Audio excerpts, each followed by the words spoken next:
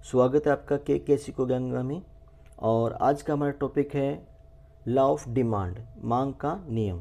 तो जिन्होंने अभी तक चैनल सब्सक्राइब नहीं किया वो चैनल सब्सक्राइब कर लें, लाइक कर दें, शेयर कर दें, ताकि नेक्स्ट वीडियो की अपडेट आपको मिलती रहे। तो स्टार्ट करते हैं हम टॉपिक मांग का नियम। मांग का नियम हमें क्या बताता है? मांग का नियम मार्शल ने दिया था, इकोनॉमिस्ट का नाम है, उन्होंने दिया था।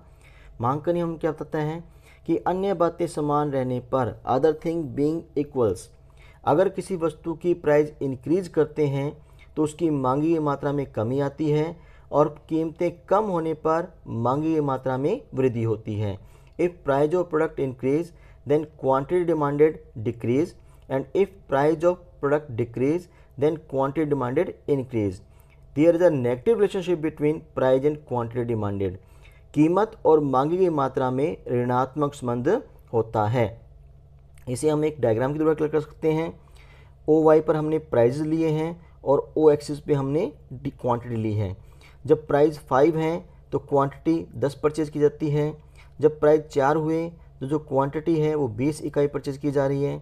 जब प्राइस 3 हुए तो क्वांटिटी जो है वो 30 इकाई परचेज की जा रही है। इन सब पॉइंट्स को मिलाकर के हमने डिमांड कर्व को ड्रॉ किया है। ये डिमांड कर्व जो है वो प्राइस और क्वांटिटी में नेगेटिव रिलेशन को दिखाता है कि जब प्राइस जैसे बढ़ते जाते हैं क्वांटिटी कम होती जाती है, और जैसे प्राइस कम होते जाते हैं क्वांटिटी बढ़ती जाती है।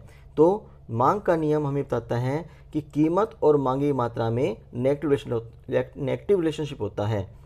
इस नियम के जो मेन पॉइंट्स हैं कि क्या क्या सामने निकल के आता है, उनमें सबसे फर्स्ट ऑफ ऑल है इन्वर्स रिलेशनशिप, कि कीमत और मांगी मात्रा में विपरीत संबंध होता है। कोई आनुपातिक संबंध नहीं होता, मतलब हम ये नहीं कह सकते कि कीमत के इतने % बढ़ने पर जो मांग है वो इतने % कम हो जाएगी। कोई आनुपातिक संबंध शो नहीं करता मांग का नियम। जो मांग का नियम है वो केवल गुणात्मक है, मात्रात्मक नहीं है।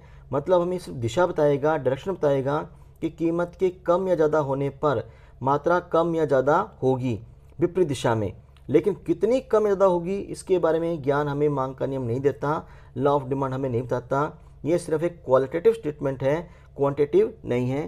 क्वांटिटी के बारे में हमें इसका कोई ज्ञान नहीं मिलता। नेक्स्ट पॉइंट है एक पक्षीय प्रभाव। जो मांग का नियम है, जो लॉ ऑफ डिमांड है, वो केवल एक पक्ष की बात करता है। ये कीमत का प्रभाव बताता है मांगी गई मात्रा पर। मांगी गई मात्रा कम ज़्यादा होने पर कीमत पे क्या प्रभाव पड़ेगा इसकी व्याख्या ये नहीं करता, एक पक्ष की बात करता है ना। लास्ट पॉइंट है सीसा खेल से तुलना। जो सीसा गेम है उसमें एक पोर्शन अप होता है दूसरा डाउन होता है, एक पोर्शन डाउन होता है दूसरा अप होता है, तो इससे उसकी तुलना की गई है ना। जो मांग का नियम है ये तभी लागू होगा जब कुछ मान्यताएं पूरी होती हैं, अजम्पशंस पूरी होती हैं। अजम्पशंस क्या होती हैं? कुछ ऐसी बातें जो सच नहीं होती, लेकिन किसी नियम को प्रूव करने के लिए हम उनको सच मान लेते हैं, अज्यूम कर लेते हैं। तो अगर ये बातें पूरी होती हैं तो मांग का नियम लागू होगा, अदरवाइज लागू नहीं होगा। कौन कौन सी अजम्पशंस हैं? फर्स्ट ऑफ ऑल, उपभोक्ता की आय में कोई परिवर्तन नहीं होना चाहिए। उपभोक्ता की आय क्या रहनी चाहिए? स्थिर रहनी चाहिए। Income of consumer must be constant. अगर उपभोक्ता की आय में चेंज हो गया तो आय चेंज होने पर हम जानते हैं कि आय का प्रभाव पड़ता है मांग पर। अगर आय बढ़ेगी तो मांग बढ़ जाएगी, आय कम होगी तो मांग कम हो जाएगी। तो हम मांग के नियम का एनालिसिस नहीं कर पाएंगे, इसलिए हम इसको क्या माना है कि ये स्थिर रहनी चाहिए। उपभोक्ता की रुचि, फैशन, आदत में भी कोई परिवर्तन नहीं होना चाहिए, ये भी स्थिर रहनी चाहिए। जलवायु, मौसम में भी कोई परिवर्तन नहीं होना चाहिए, ये भी स्थिर रहना चाहिए। स्थानापन्न वस्तुएं, जो पूरक वस्तुएं हैं, उनकी कीमतों में परिवर्तन नहीं होना चाहिए, क्योंकि हमने देखा है कि जब एक वस्तु की कीमत में परिवर्तन होता है तो दूसरे की मांग में क्या होता है? परिवर्तन होता है। इसी प्रकार से जनसंख्या स्थिर रहनी चाहिए, क्योंकि जनसंख्या अगर बढ़ गई तो कीमतें चाहे घटे या बढ़े प्रभाव नहीं जान पाएंगे। जनसंख्या बढ़ने पर मांग क्या हो जाएगी? ज़्यादा हो जाएगी। फिर वस्तु सामान्य प्रकार की होनी चाहिए, वस्तु सामान्य प्रकार की होनी चाहिए, वो कोई घटिया वस्तु इस प्रकार की नहीं होनी चाहिए। ये सामान्य वस्तु पर नियम लागू होता है। उपभोक्ता की संख्या में कोई परिवर्तन नहीं होना चाहिए। उस वस्तु को खरीदने वाले जो उपभोक्ता हैं उनकी संख्या क्या रहे? स्थिर रहे। अगर 50 लोग खरीदें तो 50 ही रहे, वो 70 ना हो जाए, क्योंकि 70 हो जाएंगी तो कीमतों प्रभाव हम नहीं जान पाएंगे।